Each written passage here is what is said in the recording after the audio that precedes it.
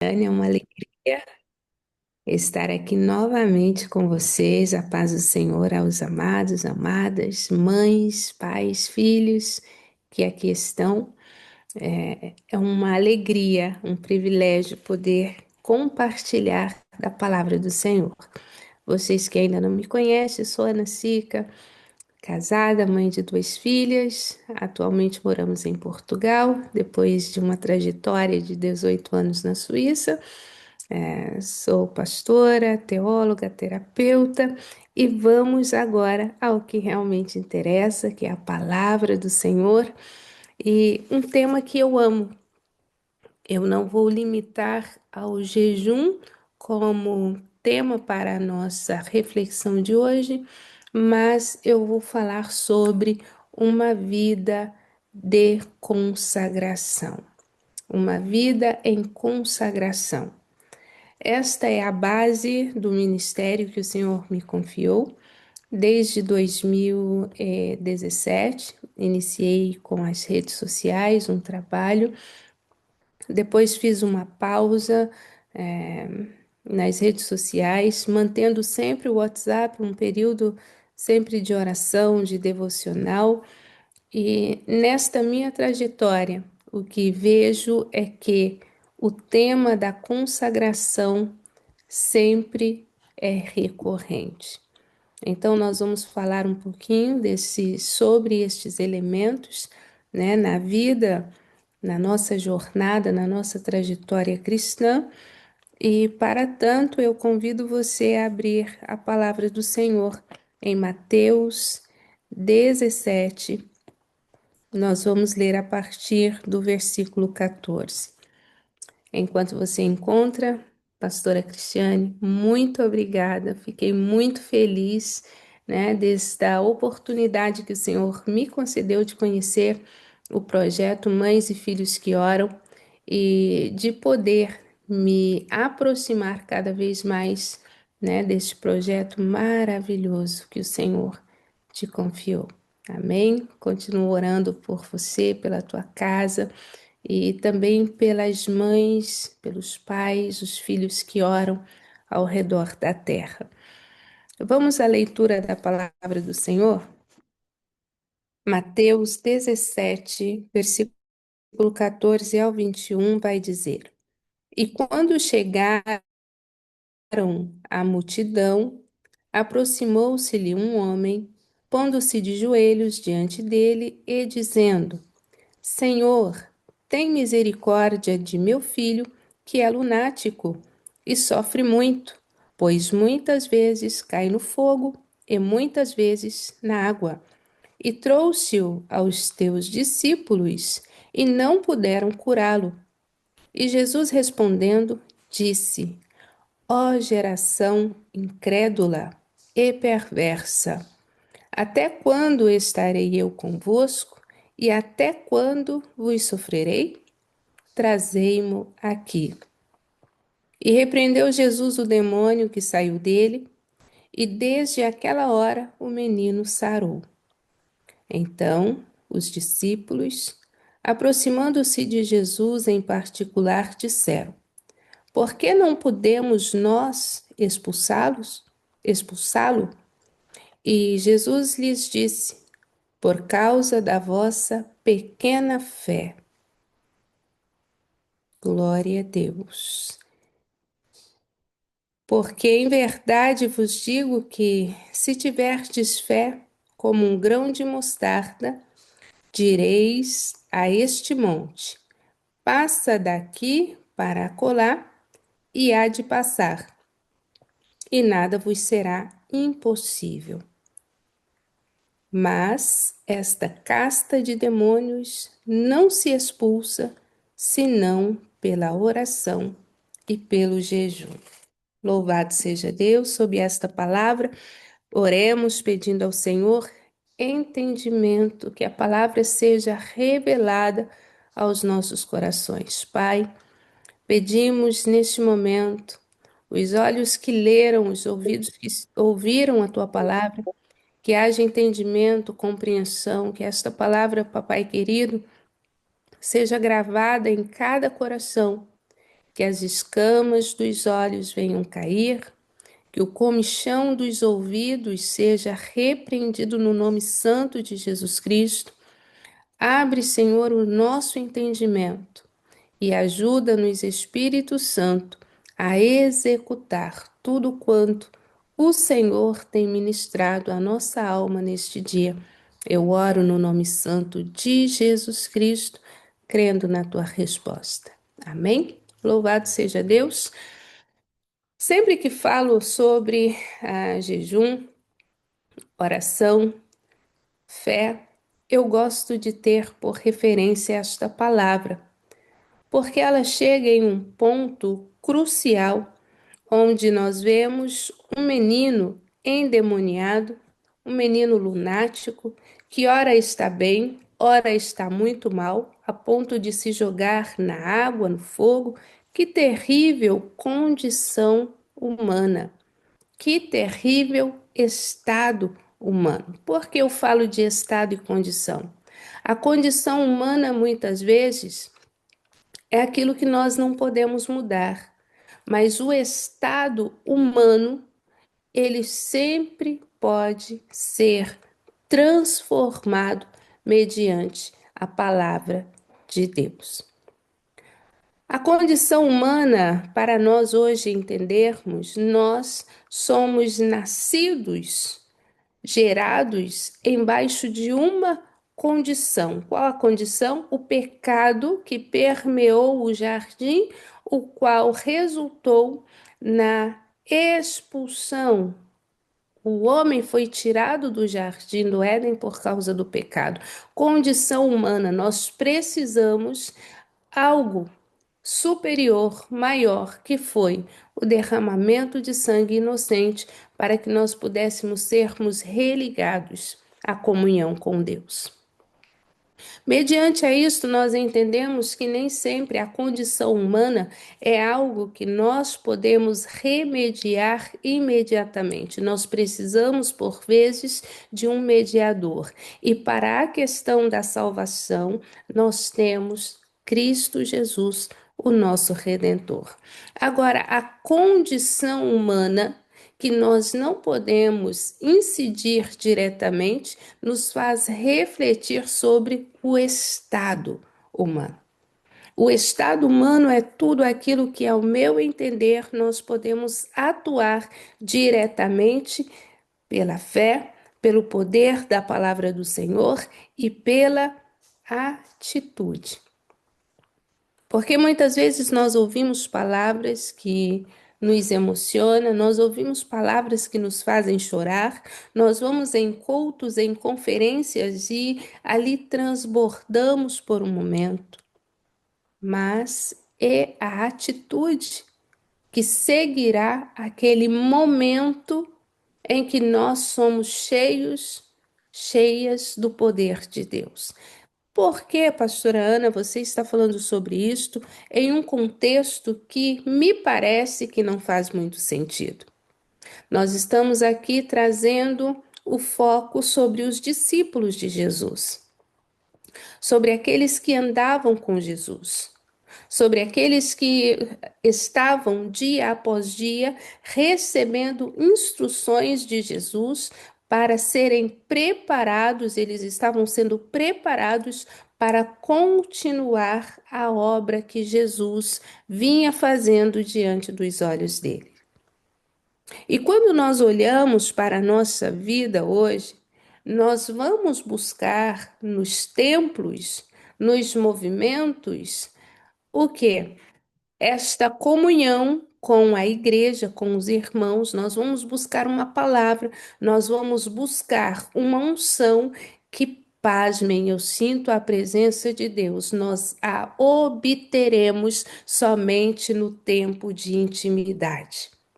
A unção de Deus sobre a minha e a tua vida, muito provavelmente, não vai acontecer em um grande movimento, onde as emoções são afloradas pela frequência musical, pela emoção e a comoção do ambiente. A unção de Deus, ela passa através do tempo de intimidade que temos com Deus. Olhando para a experiência destas pessoas que aqui está, existe uma multidão, existe um pai, existe um filho, existem 12 discípulos e existe Jesus. Estas são as pessoas que compõem este ambiente, este cenário. E agora existimos nós, que acessamos como história aquela que um dia foi a experiência destas pessoas aqui descritas. E olhando para a experiência destas pessoas, a perspectiva de cada pessoa é diferente em relação à pessoa de Jesus. A multidão espera uma coisa, os discípulos esperam uma coisa, o pai espera uma coisa e o filho necessita de libertação. Mães, pais, filhos que oram. Nós entramos aqui em um contexto onde um pai vai aos pés de Jesus rogar pela libertação do seu filho, mas antes este pai já tinha ido aos discípulos de Jesus. E nós vemos que os discípulos de Jesus, os apóstolos, estavam despreparados para executar o chamado, a missão que Jesus já lhes havia ordenado. O Senhor Jesus já havia escolhido, o Senhor Jesus já estava preparando aqueles homens, eles já conheciam a forma como Cristo operava. E eles também poderiam fazer as mesmas obras que Jesus fez. Mas quando nós vemos o texto, nós vamos ver que este homem chegando diante de Jesus, ele vai se colocar de joelhos. Ele vai pedir misericórdia. E então ele vai expor a situação. E ele vai dizer: Eu trouxe o meu filho aos seus discípulos, mas eles não puderam. Eles quiseram, eles tentaram? Sim, porque quem não pode, quem recebe esta a confirmação não puderam, é porque alguém já tentou fazer alguma coisa. E que este nosso não poder seja até hoje, porque a palavra revelada, ela nos dá poder para agir. O poder de Deus na minha e na tua vida, ele será evidenciado somente por meio da nossa atitude, por meio da nossa ação. Não adianta nós irmos para a igreja de segunda a domingo, orarmos 2, 3, 5 horas por dia, mas mediante os desafios desta vida, nós não termos uma atitude coerente com aquilo que nós vamos falar agora. Nós vamos falar um pouquinho sobre a oração, nós vamos falar um pouquinho sobre o jejum, mas eu não consigo falar sobre oração e sobre jejum dentro deste contexto do ide do Senhor, da autoridade, do poder do Senhor manifesto através da minha e da tua vida, sem antes parar aqui no que Jesus vai dizer. Quando o pai disse o que estava acontecendo com o filho e que ele havia levado o filho aos discípulos de Jesus, mas eles não puderam.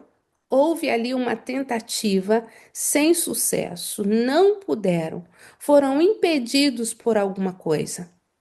E aqui Jesus vai revelar as 3 coisas que impedem o agir de Deus na nossa vida, pessoal, familiar, ministerial, não importa. O Senhor Jesus vai dizer: ó geração incrédula e perversa, até quando vos sofrerei. Qual é o primeiro ponto aqui que Jesus nos desperta? A incredulidade. Porque depois Jesus vai, quando os discípulos vai falar com Jesus acerca da razão pela qual eles não puderam expulsar o demônio, eles vão perguntar por que não podemos nós expulsá-lo. E Jesus vai dizer qual é o primeiro ingrediente por causa da vossa pequena fé. Se o Senhor Jesus disse: Eis que vos dou poder e autoridade, eis que vos dou, nós precisamos ter a convicção que é no nome dele, é pelo poder que há no sangue dele, é pela autoridade que há no nome dele que o diabo tem que sair. Mas quando Jesus fala geração incrédula e por causa da nossa incredulidade, e quando ele fala geração perversa, aí aperta um pouquinho mais. Porque aí nós vamos precisar olhar para dentro de nós, ir lá em Gálatas 5, a partir do versículo 19, e nós vamos precisar fazer um exame dentro de nós, para ver se não tem raposinhas dentro de nós. Porque as coisas declaradas, como adultérios, homicídios, aquilo está declarado, mas as raposinhas, coisas semelhantes àquelas declaradas, muitas vezes faz de nós uma geração perversa que não pode, que é impedida de exercer este poder e esta autoridade que já está sobre nós pela palavra. Eu sinto a presença do Senhor. É pela palavra que foi liberado sobre a tua, sobre a minha vida. O poder está disponível, acessível na dimensão espiritual. Mas como primeira coisa, nós precisamos olhar e ver qual é a perversidade, qual é a raposinha que está impedindo, primeiramente, este poder de fluir através da minha vida. Jesus está dizendo: tirou a perversidade. Nós podemos caminhar ainda em Gálatas 5, versículo 22. Nós temos ali dentro a manifestação do fruto do Espírito, nós vamos ver que tem a fé. A fé é um fruto do Espírito. E nós vamos ver que em determinados momentos na palavra do Senhor, os discípulos vão pedir: Senhor, acrescenta-nos a fé. E nós vamos ver um pai dizendo: me ajude na minha incredulidade. Se há incredulidade em mim, se há pequena fé em mim, se eu preciso ser ajudado nisto, eu olho para Gálatas 5:22 e eu entendo que a fé é um fruto do Espírito Santo. E se o Espírito Santo de Deus habita em mim, logo eu posso dizer: Espírito Santo, eu quero, eu preciso frutificar. E este fruto não vem de mim, porque existe uma medida da fé que o Senhor já nos deu. Mas existe uma fé excelente, que é um dom e que é o fruto do Espírito Santo. E este precisa crescer em nós todos os dias. Nós nascemos com a habilidade de respirar. E nós aprendemos, logo que saímos do ventre da nossa mãe, aprendemos a respirar. Mas em algum momento da nossa vida, nós desaprendemos. Começamos a respirar mal. Tanto que, quando vem ataques de ansiedade e de pânico, o que acontece? As pessoas param, desaprendem a respirar. Por isso eu costumo dizer: enche o teu pulmão de ar, a tua alma de esperança, em o nome de Jesus, vai ficar tudo bem, se não for agora, vai ser daqui a pouco. Entenda que o Senhor já te deu poder e autoridade para vencer todas as obras do diabo. Mas compreenda também que o poder de Deus através da tua vida vai fluir se não houverem raposinhas de estimação no teu ser. E se você permitir que a fé, que é o firme fundamento das coisas que você ainda não vê, mas é a certeza das coisas que você espera, ela venha crescer dentro de você. Como eu faço isto? Olhando para Cristo, mas é necessário também ter atitudes de fé, para que a tua fé verdadeiramente seja fortalecida em Deus. Este é o primeiro e o segundo ponto. Geração perversa. Eu me examino e eu vejo se há em mim alguma perversidade. E com o salmista, nós podemos ir no Salmo 19, por via das dúvidas, Senhor, expurga os pecados a mim ocultos, porque tem aqueles que eu sei, aqueles que a minha mente diz melhora, e existem aqueles que eu ainda não tomei consciência, mas o Senhor conhece. Eu tenho consciência da minha atitude diante do Senhor, dos meus sentimentos, das minhas emoções, do meu desejo. Glória a Deus. E então eu vou olhar para a minha fé. Eu preciso que esta fé seja exercitada. A fé é como um músculo. Quanto mais você exercita, mais ela fica forte. Uma fé atrofiada é aquela pessoa que vai no culto, se enche e depois não faz nada.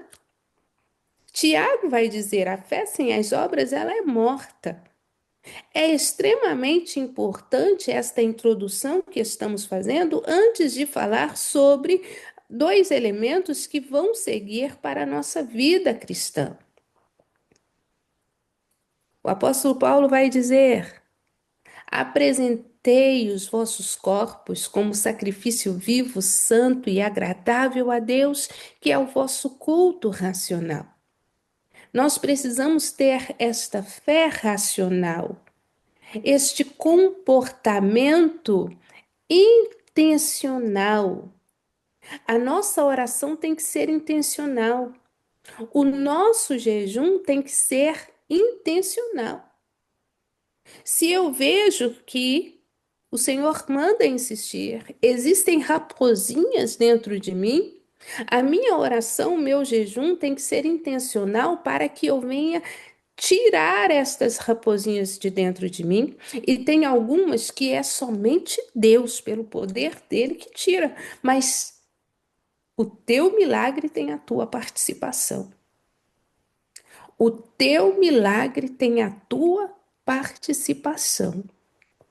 A mulher do fluxo de sangue saiu de casa com todas as dificuldades e riscos que ela corria para tocar na orla das vestes de Jesus. O cego de Jericó, com toda a dificuldade da multidão, aquele barulho, as pessoas dizendo: cale, e ele está gritando: Jesus, filho de Davi, tem misericórdia de mim. Jesus manda buscá-lo. Ele deixa a capa para trás. O teu milagre tem a tua participação. Nós olhamos ainda para esta palavra e nós entendemos que Jesus não vai ficar ali dialogando com o diabo. Jesus vai repreender o espírito maligno. Eu não quero saber de onde o diabo veio, eu só entendo uma coisa: por um caminho ele veio, por 7 caminhos ele fugirá de mim. É isso que me interessa. A minha mente não é território fértil para as sementes do diabo. Da mesma forma que Deus usou a palavra para criar lá em Gênesis, da mesma forma que Deus usou a palavra para liberar uma bênção universal para a humanidade, uma bênção específica para algumas pessoas, da mesma forma, o inimigo das nossas almas usa a palavra para tentar desfazer aquilo que Deus já fez. Por que já fez? Porque tudo que você precisa, tudo que você busca, libertação, cura, provisão, está no mundo espiritual que por vezes nós não enxergamos. Está acessível, ainda que não seja visível. É por isso que a fé é firme fundamento das coisas que nós não vemos. E é a certeza das coisas que nós esperamos. Então eu costumo dizer: se a fé é o firme fundamento das coisas que nós não vemos, qual é o fundamento da fé? É a certeza. A fé tem como firme fundamento a certeza. O dia que você não tiver certeza da tua salvação, a tua fé está inoperante. O dia que você não tiver certeza da cura, a tua fé está inoperante. Vamos lá ver quando Pedro sai do barco ao encontro de Jesus. Uma atitude de fé maravilhosa, uma atitude de fé invejável. Mas a fé se tornou inoperante quando ele sentiu o movimento das ondas embaixo dos seus pés, quando ele sentiu o vento que estava ali movimentando, agitando as águas. Isto acontece conosco. Pedro começou a afundar. Por quê? Porque a sua fé se tornou inoperante, ainda que por um período de tempo. O que que Pedro fez? Me socorre, Jesus. Tem misericórdia de mim, Jesus. Eu estou afundando. O que que Pedro está fazendo neste exato momento? Ele está voltando a colocar em equilíbrio a sua fé que foi em decadência. É por isso que nós fomos lá em Gálatas 5 e falamos que a fé é fruto do Espírito. É por isso que nós podemos nos sentirmos confortados quando nós entendemos que a fé é dom de Deus. Mas existe uma porção suficiente, a qual o Senhor nos concedeu para que possamos acessar a fé sobrenatural. E o diabo, ele tem medo, ele tem pavor de pessoas que têm sede e buscam por esta fé sobrenatural. Olhamos para a palavra em resposta aos discípulos. Jesus vai dizer que por causa da pequena fé, para vencer as obras do diabo é necessário ter fé. E então nós vamos em Efésios 6, nós temos ali o capacete da salvação. Nós temos ali todo um conjunto da armadura de Deus, onde nós entendemos que existe um escudo com o qual nós apagamos todos os dardos inflamados ou incendiários do maligno que vem exatamente para destruir a tua fé. Olha esta situação adversa no teu casamento, na vida do teu filho, nas tuas finanças, nos teus sonhos, nos teus projetos, as coisas que não vão, os dardos inflamados do maligno, eles são apagados pela fé. E nós precisamos entender que devemos conhecer a palavra do Senhor. A palavra precisa estar em nós e nós na palavra, para que venhamos exercer este poder com autoridade. Nós somos autorizados e autorizadas a exercer na terra dos viventes o poder de Deus. Olhemos aqui o que Jesus vai dizer: por causa da vossa pequena fé. Se tiverdes fé como um grão de mostarda, direis a este monte, passa daqui para acolá. O Senhor está dizendo, segredo. Muitas vezes nós fazemos assim, pastora Cristiane, dizemos, Senhor, vai e faz. Senhor, faz. Mas o que Jesus está ensinando aos discípulos? Fala ao problema. Já falou comigo? Já colocou em ordem a tua casa comigo? Agora você vai dar ordem ao problema. Agora você precisa falar com um monte. E muitas vezes nós falamos com Deus, falamos com Jesus, mas não falamos ao monte, nós não damos ordem de retirada ao monte, nós não dizemos no mundo físico. Por quê? Porque muitas vezes nós estamos cocheando em dois pensamentos: será que vai acontecer? Senhor, a tua palavra diz. Não foi assim que o diabo tentou Jesus quando ele foi levado ao deserto para ser tentado? Se tu és o filho de Deus. Por quê? Porque o Salmo 91, o Senhor vai enviar anjos para que te protejam. Se está com fome, transforme a pedra em pão.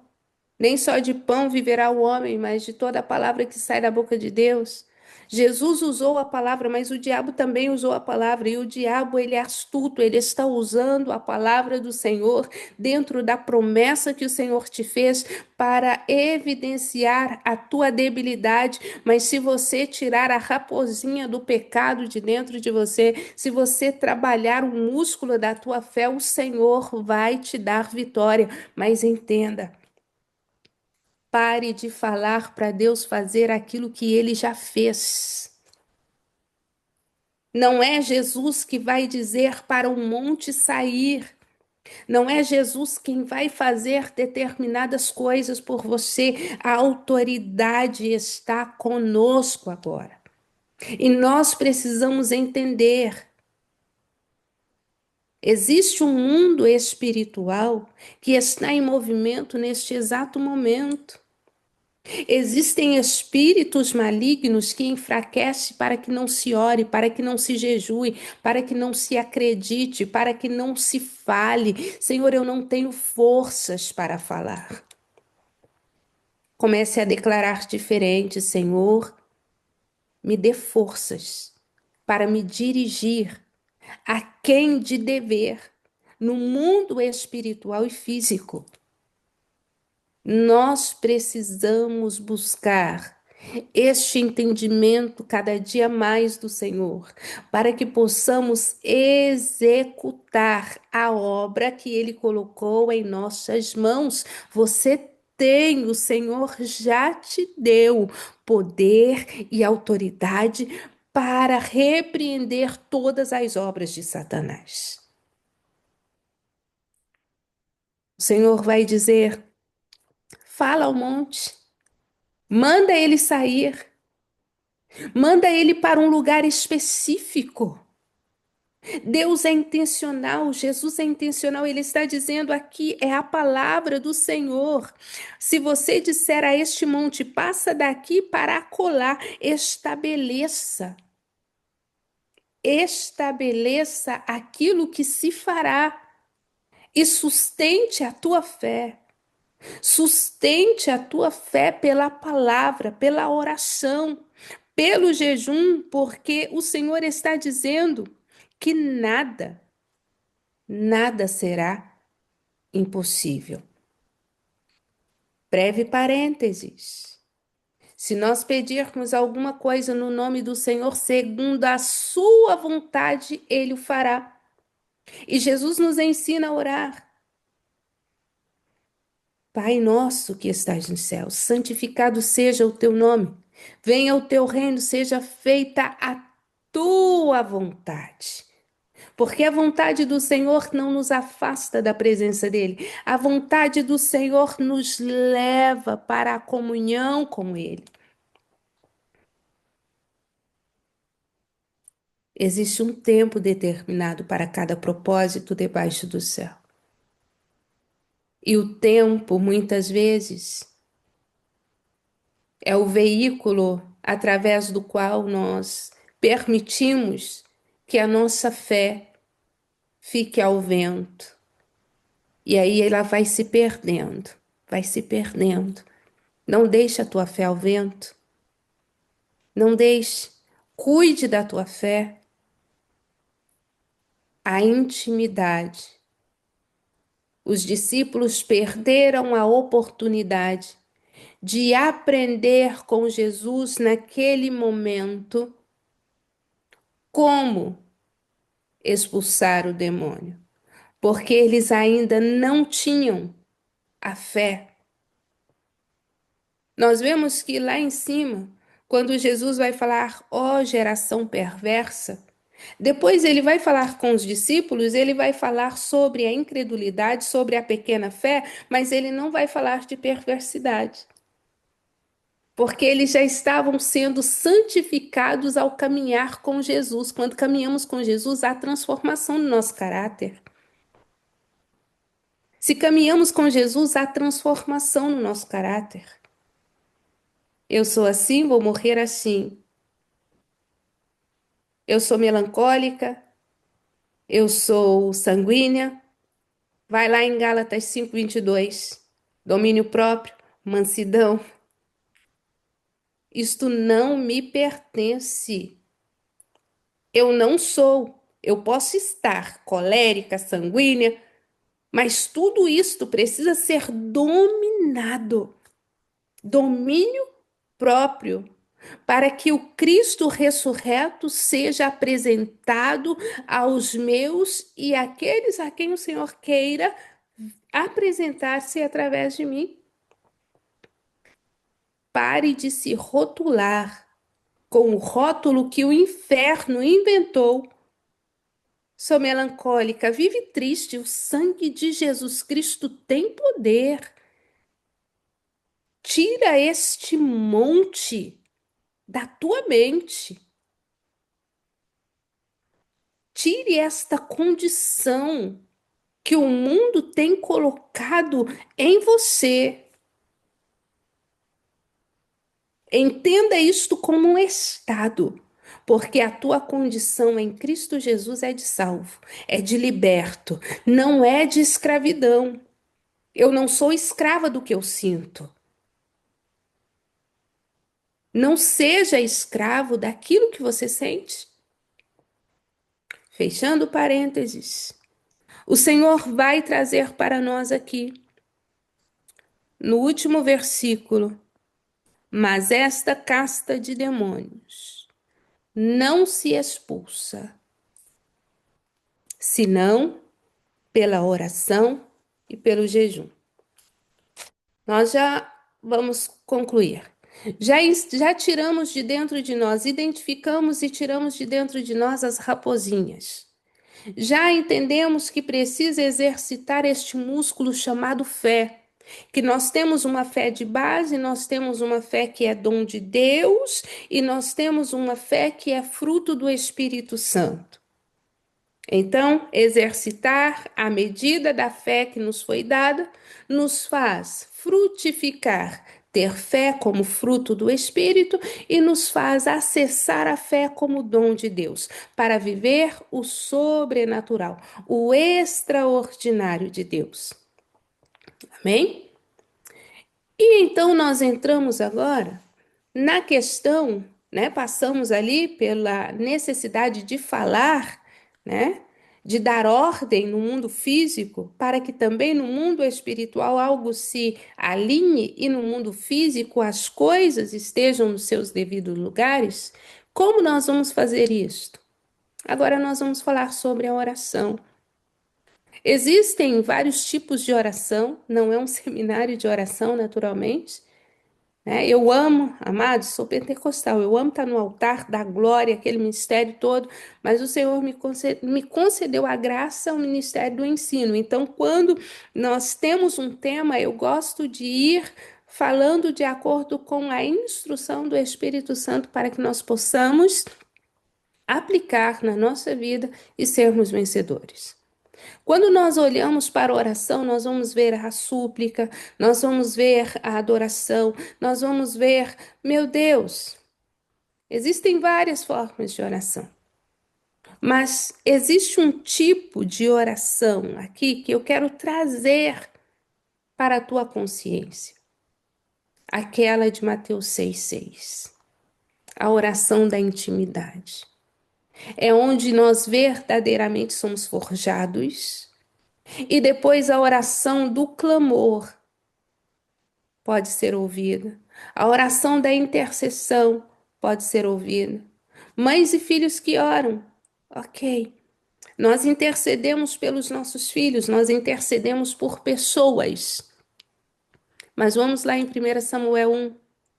Ana estava colocando primeiramente o seu interior, a sua alma, o seu espírito diante do Senhor. Muitas vezes nós nos ocupamos tanto das feridas dos outros, e o Senhor está dizendo assim: antes de eu usar você para curar os outros, eu preciso que você seja sarada, então busque também por você. Eu entendo esta passagem de instrução de Jesus em Mateus 6,6 como ele dizendo assim: venha para a intimidade, depois você vai para o público, para a multidão. Tem pessoas que fazem do seu tempo de intimidade uma exposição desnecessária, onde a unção do Senhor, ela pode ser contida. A unção, ela vem na intimidade. Quando Davi foi ungido, ele foi ungido em um ambiente de intimidade. Quando o milagre na casa da viúva aconteceu, o milagre do azeite nas vasilhas, aconteceu em um ambiente de intimidade. A viúva, quando teve, ou melhor, aquela mulher que teve o seu filho ali morto, onde foi que aconteceu o milagre? Eliseu foi para a intimidade e o menino ressuscitou. Quando Eliseu recebeu a capa de Elias, ele estava em um ambiente de intimidade. O momento de mais dor e aflição de Jesus enquanto homem na terra, ele estava em um momento de intimidade no Getsemane. Nós precisamos entender este tempo qualitativo na presença do Senhor. Eu preciso estar 1, 2, 3 horas em oração, se puder, glória a Deus, mas se não puder, que seja 10 minutos qualitativos. Comece com 10, aumente para 15. Depois serão 20, depois serão 25, depois serão 30. Comece uma entrega qualitativa, porque existem castas de demônios que não sairão se não for por meio da oração. Nós estamos falando sobre a oração. Antes dos grandes milagres que Jesus fez, nós vamos ver que ele estava em oração. Depois dos grandes milagres que Jesus efetuou, ele foi para a oração. E nós vemos a oração do Pai Nosso, uma oração tão breve, mas se você pegar cada instrução de Jesus para a oração, você pode passar horas e horas falando com Deus somente através daquelas palavras. Por exemplo, quando você diz Pai Nosso que estais nos céus, ali fala sobre identidade. Então você pode ter a tua identidade sarada, resgatada. Você pode falar sobre o teu sentimento de orfandade como pai, como mãe. Você pode falar das suas deficiências como pai, como mãe. Você pode ser sarado e levar cura por meio da oração. Santificado seja o teu nome, a busca pela santificação. O Senhor não nos ensina um mantra quando ele nos ensina a oração do Pai Nosso, ele nos dá elementos para que nós possamos mergulhar em profundidade. Você pode experimentar cada dia da semana, se concentre sobre um destes pontos e você vai ver que pelo menos meia hora você passa orando somente determinadas partes da oração. Se concentre em partes da oração. Esta oração é completa de tudo aquilo que o Senhor tem para nos dar e que nós precisamos receber. Vamos falar agora sobre o jejum para encerrarmos. Por que nós não falamos somente sobre o jejum? Porque o jejum é diferente de uma dieta. O jejum é a abstenção de alimentos, sim, mas é uma abstenção de alimento intencional. Por exemplo, se o médico diz assim: faça um jejum de 12 horas para que você possa fazer um exame de sangue. A intenção, a finalidade, o objetivo, o propósito deste jejum é para benefício da tua saúde. Então você simplesmente não vai comer. Mas se a abstenção de alimento é um jejum, existe um propósito, existe uma urgência, existe uma causa maior. E eu preciso intencionalmente olhar para esta circunstância e dizer qual é o propósito, o objetivo deste jejum. Nós vamos ver na palavra do Senhor, tenho aqui algumas referências, né? Jesus jejuou, ele ficou sem alimento sólido. A Bíblia não diz que Jesus não tomou água. A Bíblia vai dizer, nós podemos ler Lucas capítulo 2, nós vamos ver que depois de ser tentado, Jesus não havia, ele não pediu água, ele estava com fome, ele não pediu, ele estava com fome. O diabo não tenta o homem naquilo que ele não tem necessidade. Se Jesus estivesse com sede, o diabo não teria falado para Jesus transformar pedra em pão, ele teria falado para Jesus tirar água da rocha, como aconteceu no Antigo Testamento. Ele teria trago a imagem da água e não do alimento sólido. Então, teologicamente, nós podemos entender que o jejum que Jesus fez foi um jejum onde ele se absteve de alimento. E aí eu posso, com a liberdade no Espírito Santo, conjecturar que Jesus está dizendo assim: olha, não deixe faltar água, não deixe faltar o Espírito Santo na tua vida quando você estiver no deserto, porque na hora da tentação é o Espírito Santo que vai te lembrar do alimento que é Cristo, que é o pão da vida. Uma revelação da palavra que o Senhor me trouxe enquanto eu estudava sobre Agar e Ismael, quando eles foram despedidos por Abraão para ir para o deserto, o que faltou? Nada. Por quê? Porque Agar saiu com Ismael, a promessa, o propósito de Deus. Ela saiu com água, o Espírito Santo, representando o Espírito Santo. Ela saiu com pão, representando o Cristo ressurreto. E então, quando ela está no deserto com o seu Ismael, com o seu propósito, com a sua promessa, o que acontece? Acaba a água, mas tinha pão. A água do odre acabou, mas tinha pão. E quem é o pão? É Cristo, é a palavra. Por que nós temos água? Por que nós temos o Espírito Santo? Porque nós temos fome da justiça, nós temos sede da justiça. Se tiver pão, se tiver a consciência de que Cristo é o caminho, a verdade e a vida, e nós clamamos, o Senhor traz fontes de águas vivas. Não sente a presença do Espírito Santo? Coma pão. Leia a palavra, peça, porque nós, sendo maus, diz a palavra do Senhor, sabemos dar boas dádivas aos nossos filhos, quanto mais o Senhor não nos dará o Espírito Santo àqueles que lhe o pedirem.